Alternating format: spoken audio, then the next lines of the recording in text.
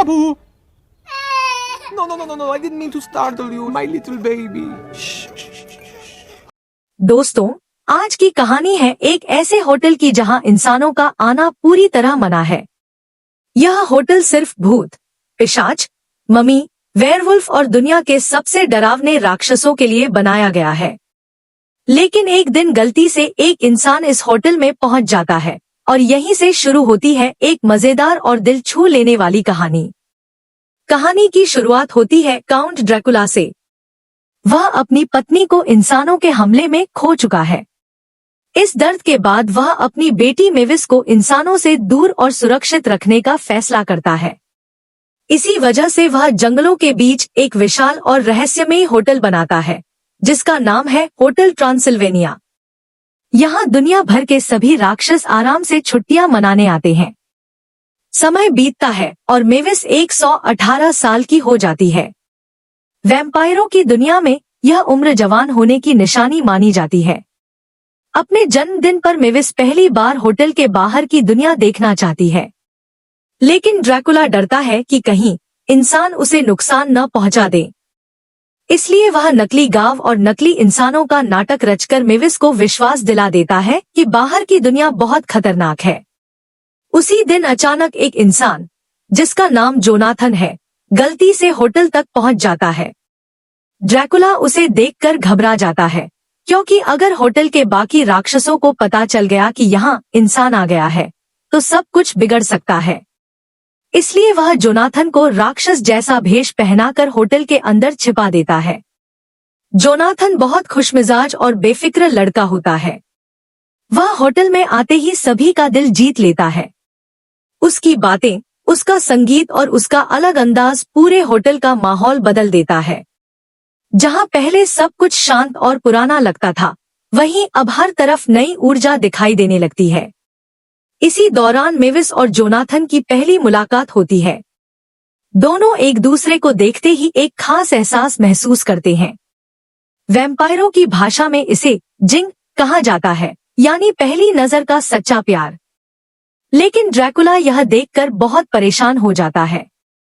उसे लगता है कि अगर मेविस को सच पता चल गया कि जोनाथन इंसान है, तो उसकी दुनिया बदल जाएगी। ड्रैकुला हर संभव कोशिश करता है कि जोनाथन होटल छोड़कर चला जाए। वह उसे डराने की कोशिश करता है, उसे रिश्वत देने की कोशिश करता है, यहाँ तक कि उसे दूर भेजने की योजना भी बनाता है। लेकिन हर बार कोई न कोई ऐसी घटना हो जाती है जिससे जोनाथन और मेविस पहले से भी ज्यादा करीब आ जाते हैं। धीरे धीरे मेविस को जोनाथन से प्यार हो जाता है। वह पहली बार अपने पिता की बनाई हुई सीमाओं से बाहर निकलकर दुनिया को देखने का सपना देखने लगती है। दूसरी तरफ जोनाथन भी मेविस से सच्चा प्यार करने लगता है, लेकिन वह जानता है कि वह एक इंसान है और यह सच कभी न कभी सबके सामने आ ही जाएगा। आखिरकार ड्रैकुला गुस्से में आकर सबके सामने बता देता है कि जोनाथन इंसान है। यह सुनकर होटल के सभी राक्षस हैरान रह जाते हैं। मेविस भी दुखी हो जाती है, क्योंकि उसके पिता ने उससे इतना बड़ा सच छिपाया था। जोनाथन समझ जाता है कि उसकी वजह से सब परेशान है, इसलिए वह चुपचाप होटल छोड़ देता है। जोनाथन के जाने के बाद ड्रैकुला अपनी बेटी का टूटा हुआ दिल देखता है। तभी उसे एहसास होता है कि वह अपनी बेटी की खुशी से ज्यादा अपने डर को महत्व दे रहा था। उसे समझ आता है कि सभी इंसान बुरे नहीं होते। दुनिया बदल चुकी है और अब नफरत के बजाय भरोसा करना सीखना होगा। ड्रैकुला तुरंत अपने राक्षस दोस्तों के साथ जोनाथन को ढूंढने निकल पड़ता है। काफी मुश्किलों के बाद उन्हें पता चलता है कि जोनाथन हवाई जहाज से वापस जा रहा है। समय बहुत कम होता है। ड्रैकुला अपनी पूरी ताकत लगाकर एयरपोर्ट पहुंचता है और लोगों की परवाह किए बिना जोनाथन को रोक लेता है। वह पहली बार खुलकर मान लेता है कि उसने गलती की थी। वह जोनाथन से कहता है कि अगर वह सच में मेविस से प्यार करता है, तो वापस चलो। जोनाथन भी अपने दिल की बात मानता है और मेविस के पास लौट आता है। जब दोनों फिर से मिलते हैं, तो उनके बीच वही खास जिंग दोबारा महसूस होता है। ड्रैकुला अपनी बेटी की खुशी देखकर मुस्कुराता है और आखिरकार इंसानों और राक्षसों के बीच की दीवार टूट जाती है।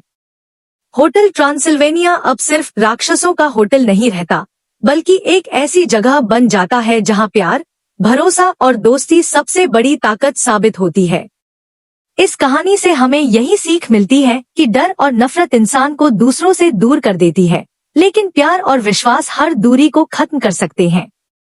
कभी कभी जिन लोगों से हम सबसे ज्यादा डरते हैं, वही हमारी जिंदगी की सबसे बड़ी खुशी बन जाते हैं।